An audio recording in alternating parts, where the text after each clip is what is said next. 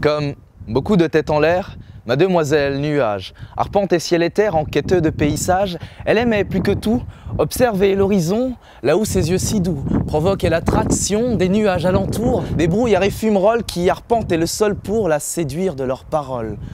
Lorsqu'un nimbus de lui-même, grand comme une montagne, obtint même qu'elle l'aime, faisant d'elle sa compagne, à ce moment la belle, offerte à son amant, découvrit septième ciel, astre et firmament.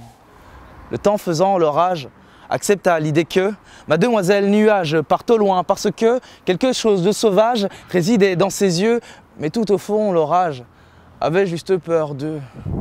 Toussait une maudite nimbus qui faisait les beaux, les fiers, grimpant les stratés plus pour se donner des manières. Passage est bien jaloux, l'orage sur la pauvrette, tempête a comme un fou jusqu'à lui prendre la tête, car même s'il aimait elle, il l'aimait un peu mal. Comme on prendrait femelle quand on ne parle que le mal? C'est horrible, mais comme Mademoiselle Nuage, malgré tout, aimait l'homme caché derrière l'orage. Mademoiselle supporte et succombe à la pression de l'orage qui l'exhorte à rester à la maison. Adieu beau paysage. Pour calmer son monsieur, Mademoiselle Nuage a fermé ses beaux yeux. Enfermée dans sa cage, elle inquiétait bien tous ceux de son entourage qui avaient trop la frousse pour essayer de la voir, car l'orage avait tant la carrure d'une armoire que personne ne disait non. Mais son ami Zéphyr, son meilleur ami, vint sans jugement pour lui dire ce dont elle avait besoin, car l'amour est liberté, libre de tout fardeau, dès lors qu'on s'est aimé, celui qui en fait cadeau.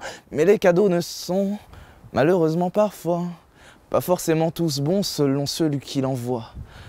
Et voyant sa chérie parler à un inconnu, l'orage pris de folie attaqua sans retenue, mais Zéphyr est un vent, volatile et instable, loin d'être de ces gens que l'on cloue sur une table. Zéphyr s'en est allé, comme il était venu, mais ce vent de liberté qu'il avait s'est ému, et avant que la rage de l'orage n'attaque, Mademoiselle Nuage anticipa d'une claque, badabim bourrasque, et l'orage réplique que ces quelques frasques seraient microscopiques. Tonnerre, coup de foudre, Mademoiselle Nuage est prête à en découdre, prête à tourner la page. Alors elle crie, elle gueule, elle pleure, mais tempête que les femmes font ce qu'elles veulent, et même qu'elles t'embêtent, l'homme enrage, mais devant cette femme qui s'élève, l'orage n'est que du vent qui s'essouffle et s'achève.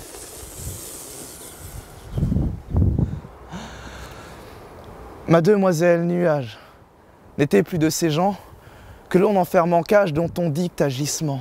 Mademoiselle Nuage n'était plus demoiselle, ses échecs et naufrages lui firent pousser des ailes. Mademoiselle n'est plus et guérie de ses failles, et maintenant connue comme Madame in the Sky.